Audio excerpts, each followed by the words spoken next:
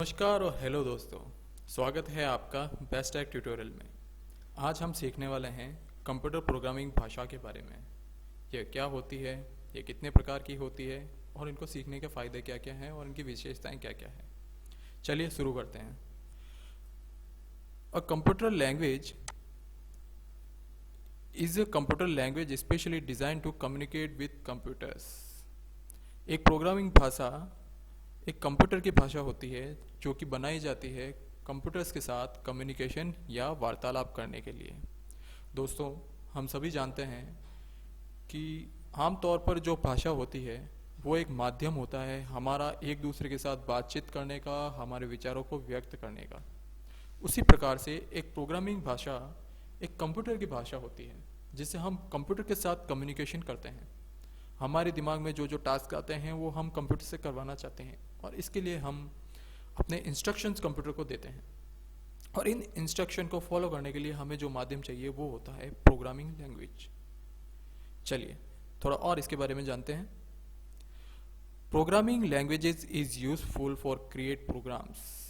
Programming भाषाएं बहुत इस्तेमाल की जाती हैं या उपयोगी हैं प्रोग्राम्स बनाने के लिए।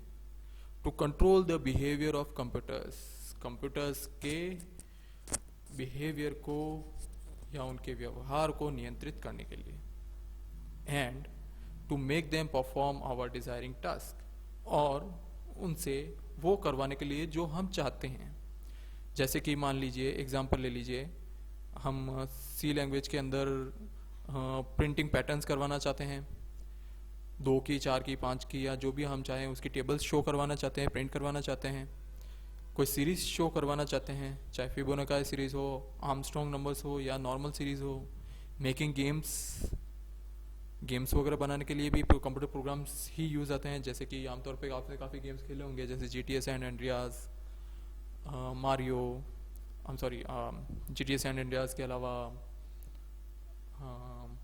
कॉल बैक एंड और भी बहुत सारे गेम हैं, डेजर्ट स्टॉर्म वगैरह से वगैरह, GTA वाई सिटी वगैरह वगैरह।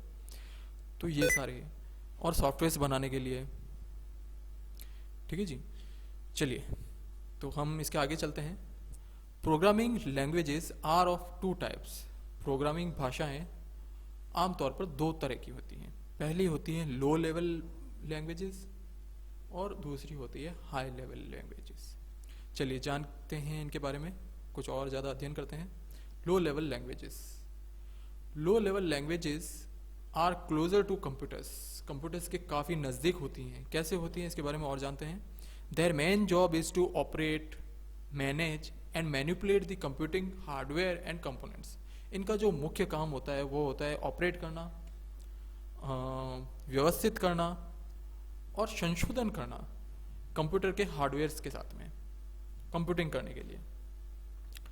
चलिए, programs written in low level languages, जो प्रोग्राम्स लो लेवल लैंग्वेजेस में बनाए गए हैं, directly executable on the computer hardware, सीधे ही कंप्यूटिंग हार्डवेयर के साथ एग्जीक्यूट हो जाते हैं, विदाउट एनी इंटरप्रिटेशन और ट्रांसलेशन, बिना किसी भी प्रकार के ट्रांसलेशन किए हुए या इंटरप्रिटेशन किए हुए। दोस्तों, मैं अच्छी तरह से जानता हूँ आप में से कुछ लोगों को इंटरप्रेटर और कंपाइलर में फ़र्क नहीं पता होगा, या ये दोनों ही क्या होते हैं आपको पता नहीं होगा। इसके बारे में भी मैं एक वीडियो बना रहा हूँ जो अंडर प्रोडक्शन है और बहुत ही जल्दी आप लोगों के सामने प्रस्तुत कर दूंगा। चलिए आगे चलते हैं। लो लेवल लैंग्वेज का उदाहरण है असेंबली लैंग्वेजेस। चलिए, इनकी कुछ खास विशेषताएं भी हैं। वो हैं, ये डायरेक्ट मेमोरी मैनेजमेंट के काम आते हैं। Little to no abstraction from the hardware, किसी भी तरह का एब्स्ट्रैक्शन या संक्षिप्तीकरण छुपाना हार्डवेयर के साथ में नहीं होता है, कम या बिल्कुल ही नहीं होता है।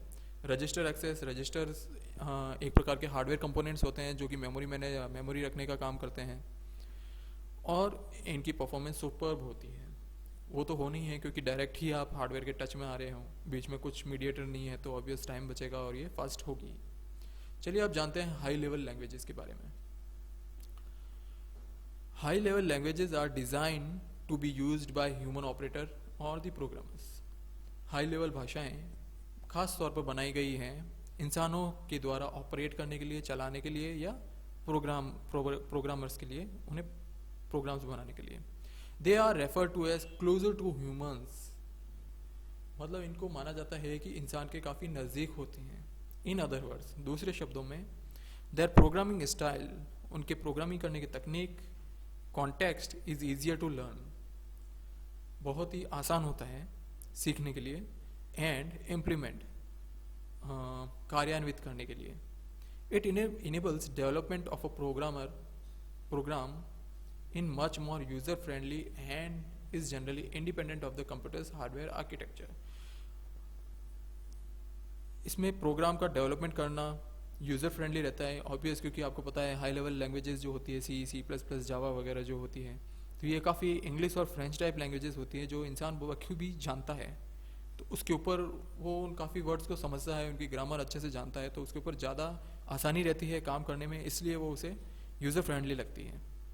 और दूसरे शब्दों में ये भी बात है कि कंप्यूटर के हार्डवेयर आर्किटेक्चर को उसे ज़्यादा कुछ जानने की ज़रूरत नहीं है, या उसे टच करने की उसे रिक्वायरमेंट नहीं होती है। पर high level languages must be interpreted या ट्रांसलेटेड। हाई लेवल लैंग्वेजेस को ट्रांसलेट करना या इंटरप्रेट करना बहुत ही ज़रूरी है। देखिए, ट्रांसलेट करने के लिए दो माध्यम होते हैं, ना सिर्फ इंटरप्रेटर बल्कि कंपाइलर भी होता है। ये डिपेंड करता है कि हम प्रोग्रामिंग लैंग्वेज के लिए, प्रोग्राम बनाने के लिए कौन सी भाषा का इस्तेमाल कर रहे हैं। अगर PHP है तो वो इंटरप्रेटर होगी, C है तो वो कंपाइलर होगी, जावा है तो वो दोनों ही होती हैं। तो इसी तरह से लैंग्वेज टू लैंग्वेज डिपेंड करता है कि आप इंटरप्रेटर का इस्तेमाल करने वाले हैं या कंपाइलर का इस्तेमाल करने वाले हैं। चलिए, into machine language before being executed by the computer.